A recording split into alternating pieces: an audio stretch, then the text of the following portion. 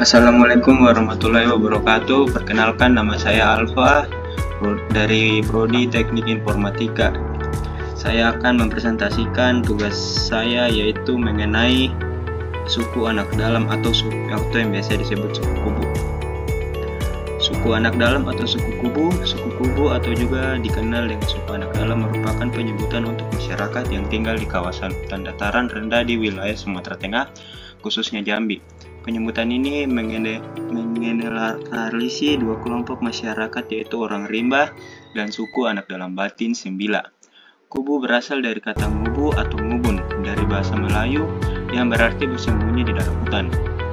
Orang sekitar menyebut suku ini sebagai suku kubu, namun baik orang rimba maupun sat batin Sembilan tidak ada yang menyebut dirinya kelompok mereka sebagai suku kubu.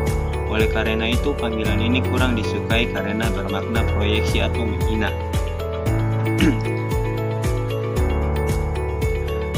Masuk ke 7 universal kebudayaan. Pertama, masuk ke bahasa.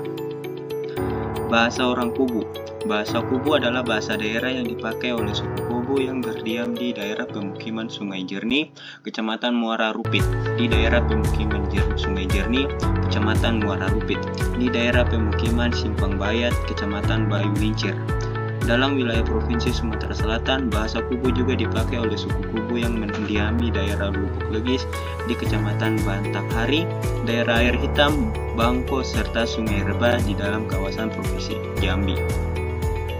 Sistem teknologi suku kubu.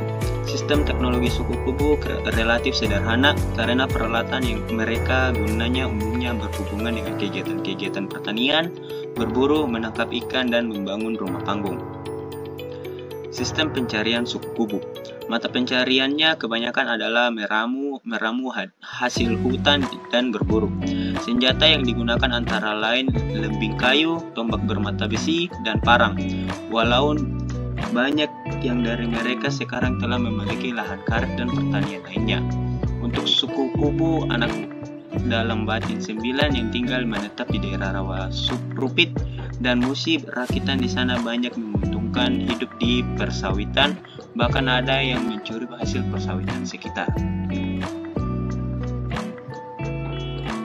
Masuk ke organisasi sosial kekerabatan. Yang pertama ada Tumenggung, kepala adat atau kepala masyarakat. Yang kedua wakil Tumenggung, pengganti Tumenggung jika berhalangan. Ketiga Depati, pengawas terhadap kepimpinan Tumenggung. Keempat Menti, menyidang orang secara adat atau hakim. Kelima ada Mangku, penimpang keputusan dalam sidang adat. Keenam atau yang terakhir anak dalam menjemput Tumenggung ke sidang adat. Masuk ke sistem pengetahuan suku kubu. Seluruh hutan adalah miliknya. Pada waktu hutan belum banyak terjemah oleh tangan manusia, masyarakat suku kubu anak dalam menganggap bahwa seluruh hutan itu adalah miliknya.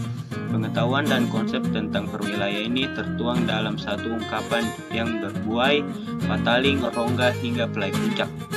Secara hafifah, ungkapan itu berarti pepohonan yang masih hijau hingga batang dan kayu yang hanya tinggal cabang dan ranting-rantingnya. Pengetahuan tentang perwilayahan yang bersifat dalam ungkapan pataling, ronggo hingga pelai berpuncak seperti di atas. Secara turun-temurun disampaikan kepada generasi selanjutnya. Pemberitahuan pengetahuan dan tidak dilakukan. Masuk ke sistem religi suku kubu. Sebagian besar suku kubu menganut kepercayaan animisme, yakni kepercayaan pada makhluk halus atau roh. Animisme sendiri adalah kepercayaan dahulu, memang umum di kalangan manusia purba. Meski begitu, ada juga beberapa suku kubu yang memeluk agama Islam. Kita masuk ke sini. Suku kubu. Masyarakat suku kubu percaya orang yang sakit tubuhnya tengah dirasuki roh jahat. Oleh karena itulah, mereka harus mengadakan upacara pengobatan tradisional. Inilah lahirnya sebuah tari kreasi yang diberi nama tari kubu. Tari kreasi kubu ditarikan oleh 5 orang laki-laki dan 5 orang perempuan dengan mengenakan pakaian yang bisa digunakan masyarakat suku kubu, bertumpu pada gerakan tangan dan hentakan kaki. Gambar di samping inilah contoh tarian dari seni suku kubu. Sekian dari saya tentang pengenalan suku kubu. Thank you for everything.